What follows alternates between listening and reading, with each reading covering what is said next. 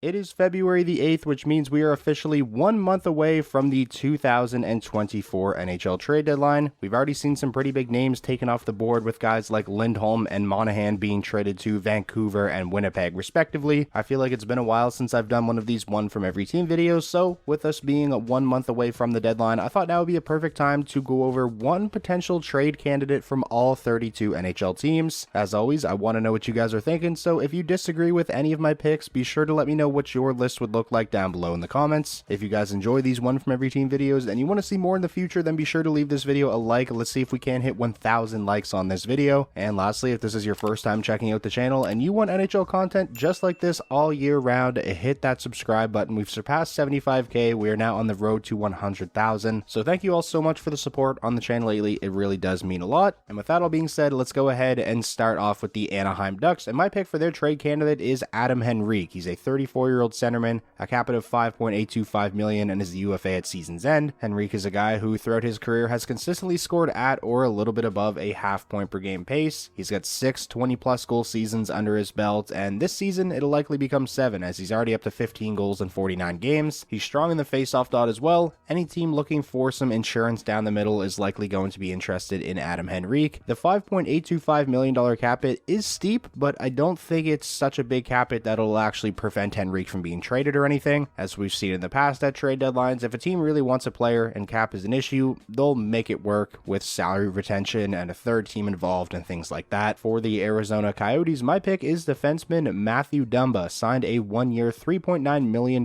deal with the Coyotes prior to this season. He is a UFA at the end of this year. Now Dumba's having a rough year, probably the worst season of his career up until this point. Defensive numbers aren't great. Offensively has produced next to nothing with just 5 points in 44 games. However, I would not be surprised at all to see a team out there take a chance on Matt Dumba just based off of his reputation alone and the fact that he is a right shot defenseman, which is a position that's highly coveted across the NHL. I don't think it's out of the realm of possibilities that the Coyotes could at least fetch a mid-round draft pick for him. The Boston Bruins are up next, and I'm going to go with 22-year-old centerman John Beecher. He was a first-round draft pick, 30th overall by the Bruins back in 2019. Has yet to crack the Boston Bruins lineup on a full-time basis. Got a good chunk of games in this season, playing 39, but ultimately was sent back down to the American Hockey League. John Beecher is a guy who, in that small sample size, had pretty solid defensive numbers. He's a big centerman, decent in the faceoff dot. I think he has the potential to be at least a serviceable bottom 6 shutdown center. If the Boston Bruins want to go out and be active at the trade deadline, maybe acquire a rental or two, instead of trading draft picks, maybe a team could be interested in somebody like John Beecher because he is still young and could be an enticing player for some teams. The Buffalo Sabres are up next, and my pick for them is definitely Victor Olofsson, whose game really fell off of a cliff this season. He's got just 4 goals in 33 games after scoring a career-high 28 last season in 75 games. Not only has his production fell off of a cliff, so has his ice time, and it seems like he's just really fell out of favor with the Buffalo Sabres coaching staff, which is really unfortunate for Victor Olofsson as it is a contract year for him. He has a cap of $4.75 million and is a UFA at season's end. Usually it's the opposite where we see guys put up career numbers in their contract year, but that hasn't been the case for Olofsson. Despite being 28 years old, this is only Olofsson's 5th full season in the NHL, and 3 of his 4 first seasons in the league, he's scored 20 plus goals. He's got a great shot, has proved to be a very valuable weapon on the power play in the past. I definitely think a team out there looking to add a bit of scoring depth in their middle 6, get somebody that you can throw on either the first or second power play unit, could be interested in Olofsson. Next up, we have the Calgary Flames. My pick for their trade candidate is 34-year-old right shot defenseman Chris Tanev. Has a cap of $4.5 million and is a UFA at season's end. Chris Tanev is one of those guys who I feel like is really highly regarded across the NHL. Doesn't produce a whole lot offensively, but he is a legit top 4 shutdown defenseman. He's going to block shots, he's going to break up plays, can eat around 20 minutes a night, and he's somebody that I honestly wouldn't be surprised if the Calgary Flames are able to fetch another first-round draft pick in exchange for. My pick for the Carolina Hurricanes has to be defenseman Tony DeAngelo. He has had a pretty rough year in Carolina. It's been reported that he's been on the trade block for a couple of months now. The Hurricanes are a team that don't have a ton of cap space. If they're going to be active at the deadline, there's likely going to have to be some money going the other way in any kind of trade, and I think Tony DeAngelo is a prime candidate for that. Moving along now to the Chicago Blackhawks. A lot of the guys that we expected the Hawks to deal as rentals this year have signed extensions, guys like Foligno, Dickinson, and Mrazek, so not a whole lot of options here, but I'm going to go with Colin Blackwell. He is a 4th line energy guy.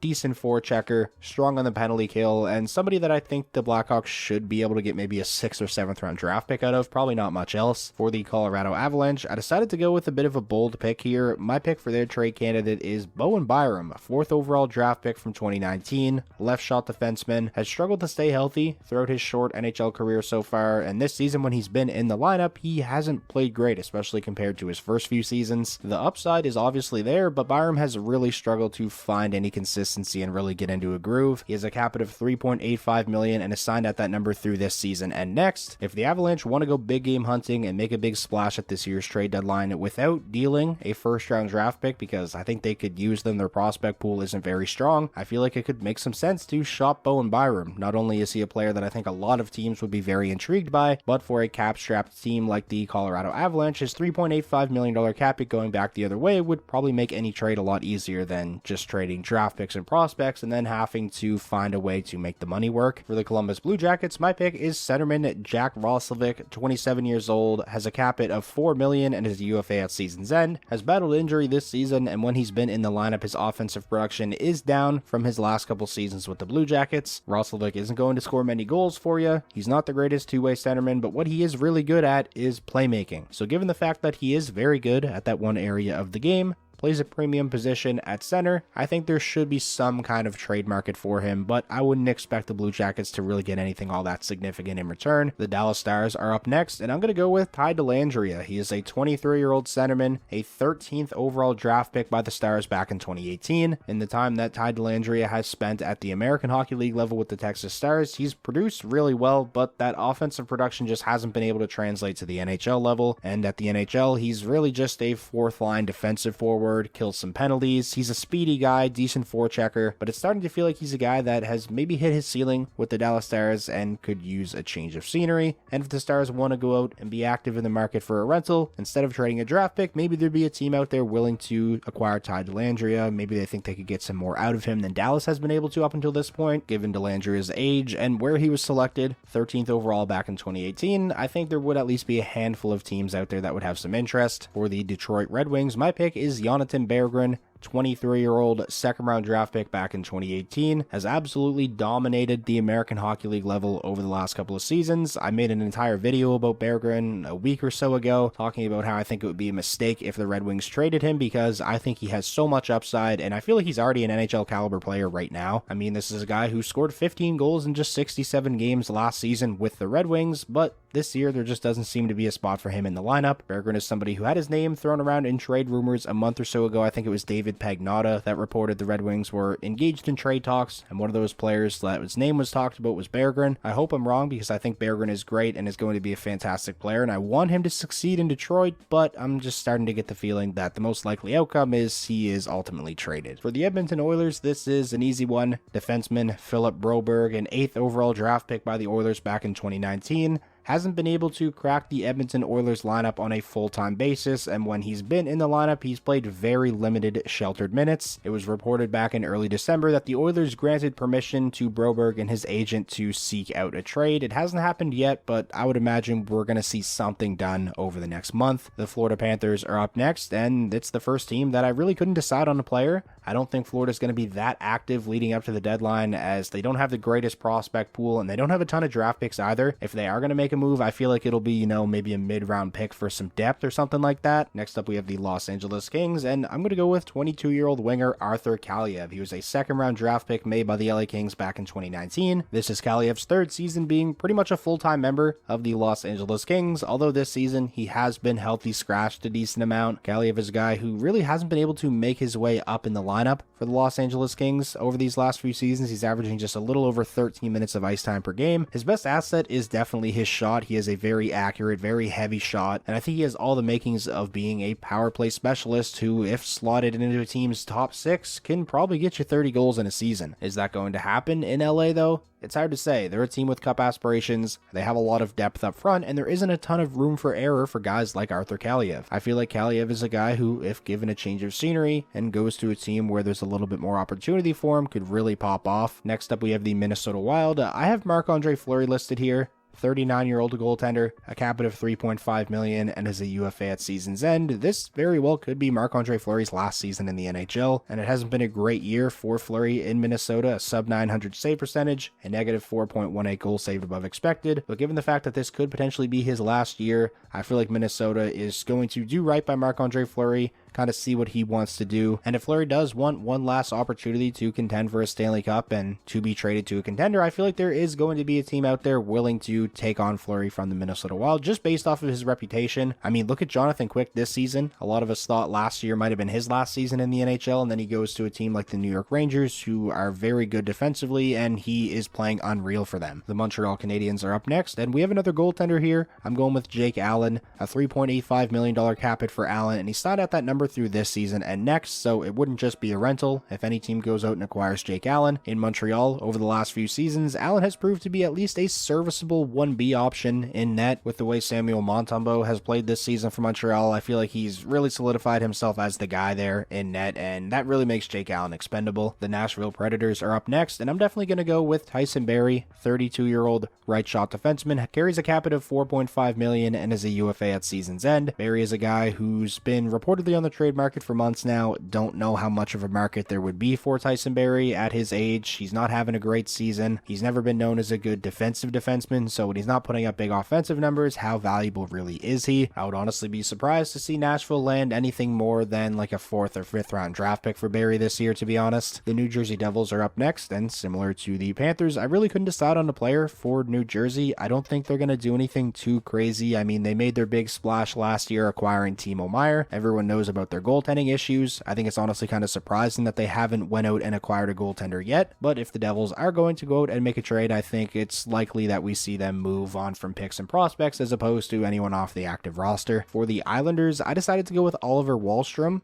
an 11th overall draft pick by the Islanders back in 2018. He's a 23-year-old winger, has only played a total of 59 games combined between last season and this season, and in those games he's got just 9 goals, doesn't play a ton of minutes. I think he has all the makings of a guy that just needs a change of scenery, needs to go to a new situation. It just doesn't seem like he's really going to become much of anything with the Islanders at this point, and given where he was selected and that he's still relatively young, I think there would be some teams out there that would take a chance on him. Speaking of players that could use a change of scenery, for the New York Rangers, my pick for their trade candidate is definitely Kaapo Kakko. 22-year-old winger, 2nd overall draft pick in 2019. Last season, Kakko finally had that breakout season, scored 18 goals and put up 40 points in 82 games, had strong defensive numbers, but with Kakko, I feel like it's always just been, 1 step forward and then 2 steps back. This season, we saw those 2 steps back. He's battled injury. When he's been in the lineup, hasn't been all that effective. I mean, the defensive numbers are still good. He's a smart player. He plays a 200-foot game, but when it comes to somebody who you drafted 2nd overall, I think you want a little bit more out of him than being, just a bottom 6 shutdown winger. Given the offensive production that Kakko showed last season, the fact that he's still young, that he was a 2nd overall draft pick, I think almost any team in the league would at least have some kind of interest in Kakko. His name has been floating around in trade rumors heavily over the last couple of months. It's been reported that the Rangers are interested in guys like Henrique and Vetrano from the Ducks. To be honest, I think the Ducks as a landing spot would actually make some sense for Kakko, so maybe we see some kind of swap, for Kakko for Vetrano or something like that. Who knows? Next up, we have the Ottawa Senators, and my pick definitely is Vladimir Tarasenko. He signed a 1-year, $5 million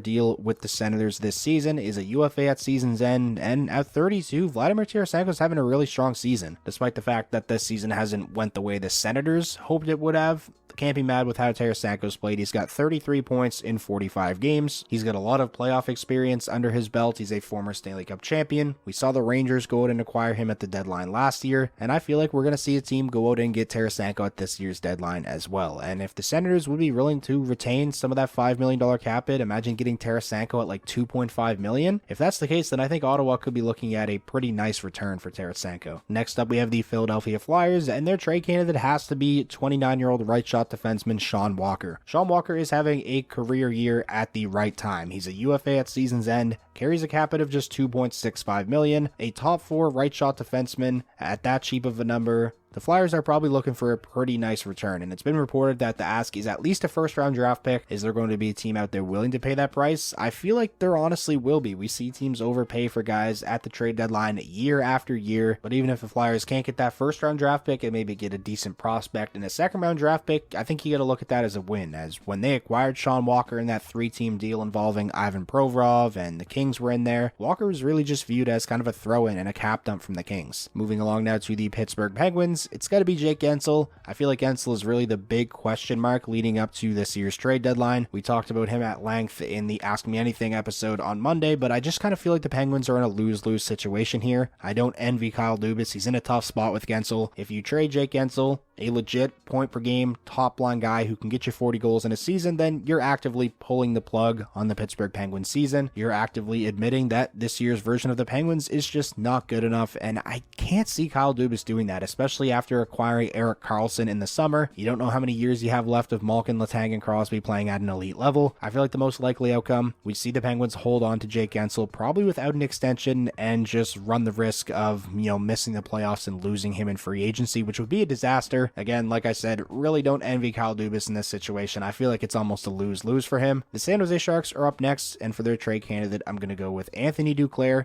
Carries a cap hit of just $3 million and is a UFA at season's end. Not having a great year production-wise for the Sharks, just 17 points in 46 games, but there's not many players on the Sharks who are having a great year production-wise. Duclair is not all that far removed from a 30-goal season with the Florida Panthers. I think there'd be some teams out there willing to take a chance on Duclair, buy low, slot him into the middle six, because he's shown in the past that with some decent playmakers around him, he can be a very efficient goal scorer. He's good at creating chances off the rush. The Sharks probably wouldn't be looking at that crazy of a return for Duclair, maybe a mid-round draft pick, but better than nothing, I guess. Next up, we have the Seattle Kraken, and I'm going to go with Jordan Eberle, 33-year-old winger, has a cap of $5.5 million and is a UFA at season's end, having a little bit of a down year goal scoring wise with just 9 goals in 46 games, but prior to this season, Eberle's been a guy throughout his career that can score at a 20-goal pace in his sleep. He's an underrated playmaker as well, in my opinion. He drives play in the right direction. That being said, the Kraken are in the thick of the wildcard race in the Western Conference, so if they don't get an offer for Eberle that blows them away, I think they probably just hold on to him and kind of use him as their own rental. For the St. Louis Blues, I went with Jacob Vrana. We saw him dealt to St. Louis at around last year's trade deadline, and early returns on that trade last year for the Blues were great. He scored 10 goals in 20 games for St. Louis after being dealt there at the deadline. However, this season, a major step back for Jacob Vrana, just 2 goals in 21 games. He just can't seem to put it all together. He's down playing in the American Hockey League where he's putting up solid numbers, but really over these last couple of years just hasn't been able to find any consistency at the NHL level. He's a talented player, a gifted goal scorer. He can get them off the rush, stationary on the power play because he has a great shot. Maybe there's a market out there for him, similar to what the Blues did last deadline, get him for next to nothing, but I am starting to kind of get the feeling that maybe Jacob Vrana is running out of chances. The Tampa Bay Lightning, another team like the Panthers and the Devils where I couldn't pick anybody off the active roster. If they're going to make a trade, it's probably going to be for draft picks and prospects, something like that. The Toronto Maple Leafs, I got Ryan Reeves here. I mean, the signing just has not worked out in Toronto whatsoever. He voiced his displeasure already, not being in the lineup consistently, but when he's been in the lineup, he's been a disaster. If the Leafs can find a way to get out from under this contract, I think they're going to do it. The Vancouver Canucks are up next, the team that we already seen make a pretty big splash acquiring Elias Lindholm. For their trade candidate, I have Nils Höglander, 23-year-old winger, a cap of $1.1 million and is signed at that number through this season and next, and will be an RFA upon expiry. Höglander is a guy who's very talented, has an unreal set of hands, and has found his goal scoring touch this season with 14 in just 48 games while playing really limited minutes, basically fourth line minutes, not getting many opportunities on special teams. In a different situation with opportunity to play more, you have to think Höglander would be a candidate to really pop off and break out. I don't think the Canucks are done. I think they are still going to be active leading up to the deadline, so I feel like there's a good chance maybe we see Höglander dealt. They already traded the first round draft pick. They already moved on from Kuzmenko. They don't really have the greatest prospect pool. Can't see them wanting to move one of their top prospects, so I think Höglander would fit the bill as, a young player who's already relatively established that some teams would probably have interested in. The Vegas Golden Knights, another team where I don't really have a pick. They're not going to trade anyone off the active roster, in my opinion. This is a team that just won the Stanley Cup. They're looking to go back-to-back. If they're going to make a trade, it's likely going to be, draft picks and prospects going the other way. The Washington Capitals are up next, and I'm going to go with 29-year-old winger Anthony Mantha, a cap of $5.7 million. He is in the final year of that deal, so he's a UFA at season's end. He's having his best year as a member of the Washington Capitals. He's got 15 goals in 44 games, despite averaging really low ice time, especially compared to most of the other seasons in his career. Mantha is a guy who I really liked in Detroit. I think he has all the tools to be, a consistent 25 goal scoring power forward. It's just a matter of him, finding consistency. His work ethic has been put into question in the past, but when he's motivated, when he's on his game, he is a force out there, and I think could be an enticing, middle six ad for some teams, especially if the Capitals will be willing to retain some of that salary, which I feel like they'd almost have to if they are going to trade him. And now finally, finishing out the video with the Winnipeg Jets. For their trade candidate, I decided to go with 32-year-old defenseman Nate Schmidt. As a cap of $5.95 million, is signed at that number through this season and next. Schmidt has had a fine season playing on that third pair with Dylan Sandberg. He's a strong skater, always has been throughout his career, but I mean, $5.95 million for a third pairing defenseman is a lot. If the Jets can find a way to get out from under that contract, I think they're going to do it, free up some space for maybe somebody like Ville Heinola to finally come into the lineup. So if the Jets aren't done and they want to make some additional moves, as we know they already acquired Sean Monahan, then I think Nate Schmidt is a prime candidate to be a cap casualty. If not, this year leading up to the deadline, then I could see them moving on from him in the summer. So that is going to wrap up today's video. That was one potential trade candidate for all 32 NHL teams, just 1 month out from the deadline. Like I mentioned at the start, always want to know what you guys are thinking. So if you disagree with any of my picks, be sure to let me know what your list would look like down below in the comments. If you guys enjoyed the video, please remember to leave it a like. That is the best way to show your support. And lastly, if this was your first time checking out the channel and you want NHL content just like this all year round, hit that subscribe button, and I'll talk to you all again soon.